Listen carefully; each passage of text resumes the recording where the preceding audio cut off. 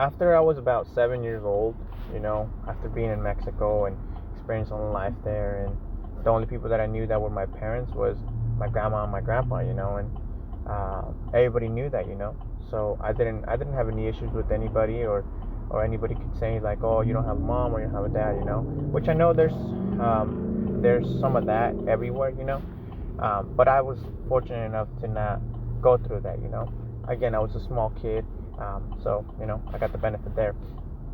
Now, when I was 7 years old, they brought me back into the States, and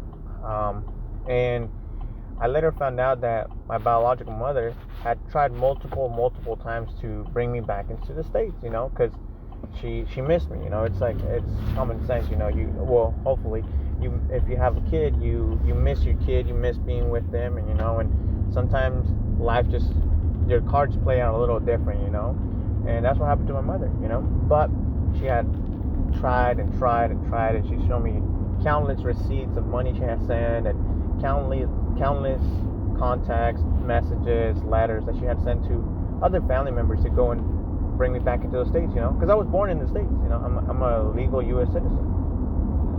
And once you hit 6 or 7 years old, the government starts kind of asking you like, hey, why isn't he going to school? What's going on, And so it came to day that I'd ended up having to be taken away from my parents.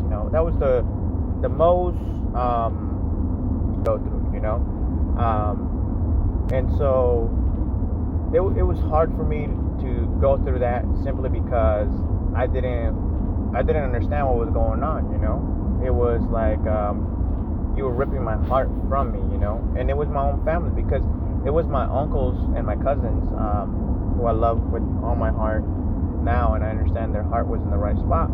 But when I was a kid, I was being ripped apart from my mom and my dad. I remember the night before my trip, before the whole event happened. I was sitting down with my cousins in my uncle's house, my uncle's front lawn, essentially.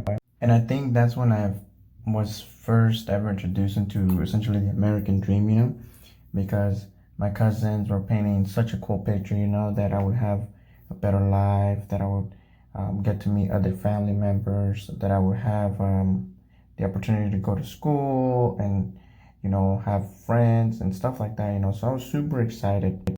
The other reason I was super excited is because I knew that I never went anywhere without my mom and my dad, Like if we ever went to the city close by to our town, I was always with them, I was always to go and buy stuff that we couldn't find in our town. So I was excited, I was like, me and my mom are going to go have a better life. We're going to work. We're going to have a bunch of cool stuff, and once that was embedded in my head, I was like, man, it's time to go to sleep. I got to capture this moment. So I remember clearly that I ended up passing to sleep on my cousin's shoulders, and they ended up taking me to my bed. I still remember that part, and then I passed out. And then I woke up the next morning to a huge surprise that scared the life out of me.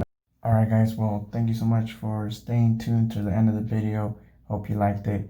But that concludes this episode. Come back tomorrow for part 3.